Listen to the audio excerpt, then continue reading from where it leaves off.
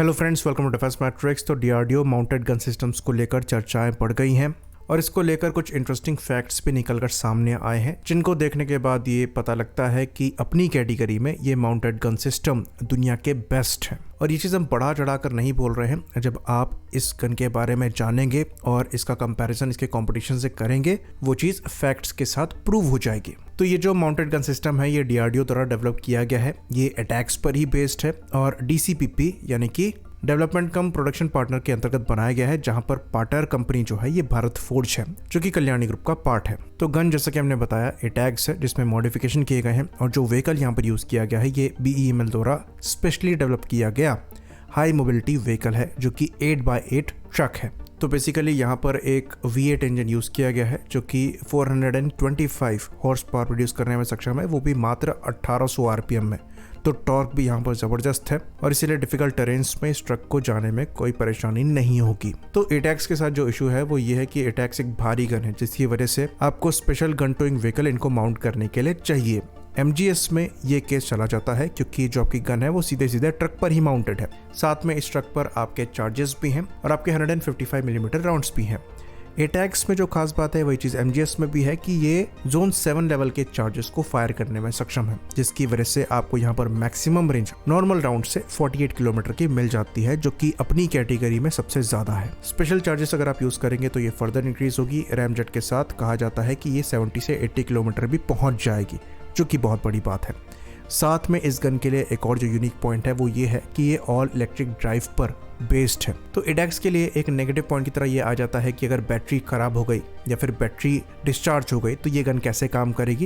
लेकिन MGS में ये कोई नेगेटिव पॉइंट नहीं है, क्योंकि यहाँ पर जो बैटरी है ये ट्रक से ही चार्ज हो जाती है। और ऑल इलेक्ट्रिक ड्राइव होने का मतलब यहाँ पर यह है कि मेंटेनेंस कम है, इन सिस्टम के खराब होने की प्रोबेबिलिटी भी कम है, जिसकी वजह से ये एक ज्यादा इजी टू यूज सिस्टम बन जाता है। तो ये एक मेजर प्लस पॉइंट ऐड करता है इन सिस्टम के लिए। बाकी एक और जो डिफरेंस आपको यहाँ पर मिलेगा अटैक्स और MGS में, ये चैम्बर वॉल्यूम का है। अटैक्स में चैम्बर वॉल्यूम 25 लीटर का है, वहीं पर MGS में इसको 23 लीटर का कर दिया गया है, जो कि नेटो स्टैंडर्ड राउंड्स को फायर करने की सहूलियत देगा, जिसकी वजह से अडेप्टेबिलिटी इनकी बढ़ जाती है और अगर आप इसे एक्सपोर्ट भी करते हैं तो वाइडली एक्सेप्ट इनको किया जाएगा।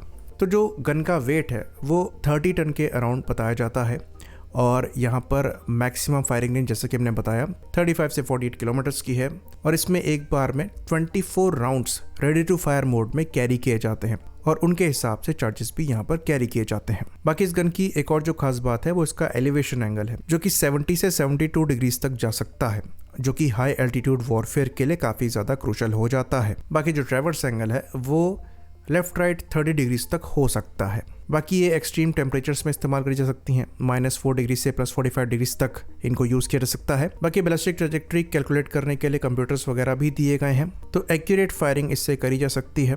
बाकी ऑटोमेटिक लोडिंग जैसे फीचर्स भी यहाँ पर दिए गए हैं। तो ये 155 mm और 52 कैलिबर्स के राउंड को फायर करने में सक्षम है और यहाँ पर जो आपको फायरिंग रेट मिलता है ये 3 राउंड्स 30 सेकंड में है, यानी कि 1 मिनट में 6 राउंड है और सस्टेन में ये 60 राउंड 60 मिनट्स में फायर करने में सक्षम है। तो ये जो सस्टेन फायरिंग रेट है इस गन का ये बहुत इंप्रेसिव है। इसके कॉम्पिटिटर्स जो हैं उनका इतना नहीं है। तो मॉडर्न कॉम्बैट में जो आर्टिलरीज का इस्तेमाल है वो हो तो रहा है, रशिया यूक्रेन वॉर में दिखाई भी दे रहा है, पर अब आर्टिलरीज पर खतरा बढ़ गया है। जो एम्यूनिशंस हैं वो ज़्यादा प्रिसाइज हो गए हैं, ड्रोन्स का इस्तेमाल यहाँ पर किया जाने लग गया है, तो जो फिक्स्ड गन्स हैं उन पर रिस्क ज़्यादा आ गया है और इसलिए जो माउंटेड गन सिस्टम्स हैं इनकी रिक्वायरमेंट बड़ी है, क्योंकि ये शूट और स्कूट की कैपेबिलिटी आपको प्रोवाइड कराती हैं।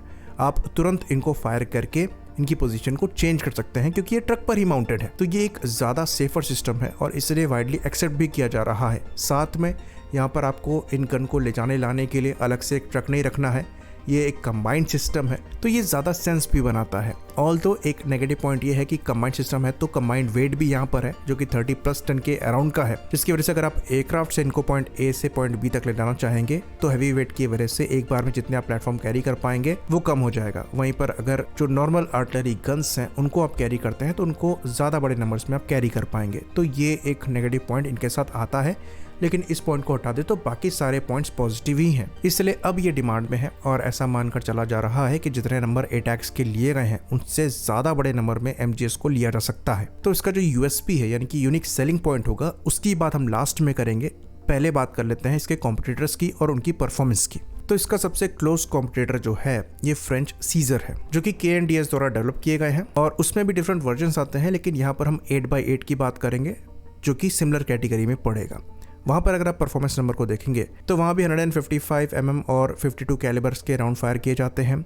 फायरिंग रेट वहाँ भी आपको 6 राउंड्स पर मिनट का मिलता है, पर नॉर्मल राउंड से आपको मैक्स फायरिंग रेंज वहाँ पर 38.6 किलोमीटर की ही मिलेगी, जो कि 55 किलोमीटर तक जा सकती है, लेकिन स्पेशल राउंड उसके लिए रिक्वायर्ड होगा। बाकी एलिवेशन रेंज जो है वो भी सिमिलर है, अप्रॉक्सीमेटली 73 डिग्री के अराउंड माना जाता है। वहीं पर MGS के केस में इसको 72 के आसपास कहा जाता है। ट्रैवर्स रेंज की बात करें सेम है, ±30 डिग्री की, और यहाँ पर भी आपको ऑटोमेटिक और सेमी ऑटोमेटिक लोडिंग मिल जाती है।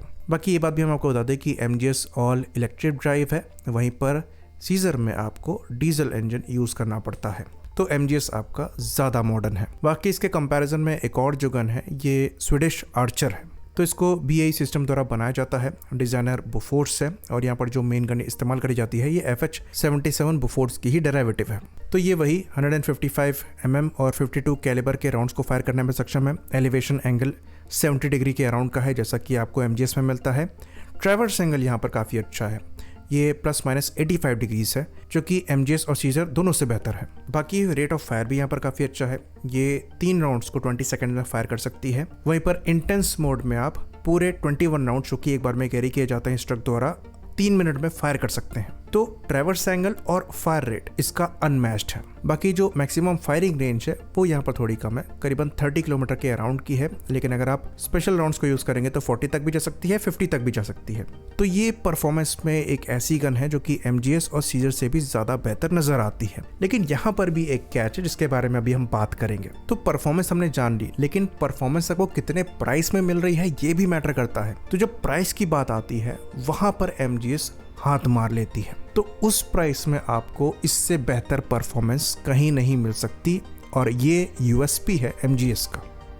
MGS की प्राइस की बात करें डॉलर्स में तो ये मात्र $1.74 मिलियन पर पीस है। इसके कंपैरिजन में सीजर का जो प्राइस है ये $4.26 मिलियन पर पीस है, यानी कि दुगने से भी ज्यादा का है। और आर्चर की बात करें जो परफॉर्मेंस में इतनी अच्छी थी वो $10.41 मिलियन की है, तो उसका प्राइस ऑलमोस्ट 5 गुना है। दूसरी और गन की बात करें तो यूक्रेन द्वारा 2S22 बोदना भी यूज करी जाती है, वहां पर प्राइस 2.5 मिलियन है, सबसे क्लोज आती है MGS की, लेकिन MGS इससे भी कम है। और फिर नोरा B52 है जहां पर प्राइस $7.06 मिलियन का है। तो अपनी कैटेगरी में MGS सबसे ज्यादा वैल्यू फॉर मनी गन है। प्राइस कम होने का मतलब यहाँ पर यह है कि आप इनके बड़े नंबर्स को यूज़ कर सकते हैं। इवन जो इनका सबसे क्लोजेस्ट कॉम्पिटिटर है उसकी एक गन के मुकाबले आप 2 MGS को परचेज कर सकते हैं, और वहाँ भी आपको क्लोजेस्ट कॉम्पिटिटर से ज़्यादा बेहतर परफॉर्मेंस मिल रही है, और कंपेरेटिवली इन गन्स को मेंटेन करना भी सस्ता पड़ेगा। तो ये चीज़ किसी भी आर्मी के लिए सेंस बनाएगी कि ऐसी गन्स को लिया जाए जहाँ पर प्राइस जस्टिफाइबल हो, आप बड़े नंबर्स में इनको ले सके ताकि आपके पास ज़्यादा फायर पावर हो। तो ये गन डेफिनेटली एक्सपोर्ट मार्केट में एक बड़ी सक्सेस बन सकती है, और इवन डोमेस्टिकली भी ये गेम चेंजर साबित होगी। आई होप इन्फॉर्मेशन यहाँ पर क्लियर रही हो। इसी बात पर इस वीडियो को हम खत्म करेंगे। लाइक करिए, सब्सक्राइब करिए। जय हिंद।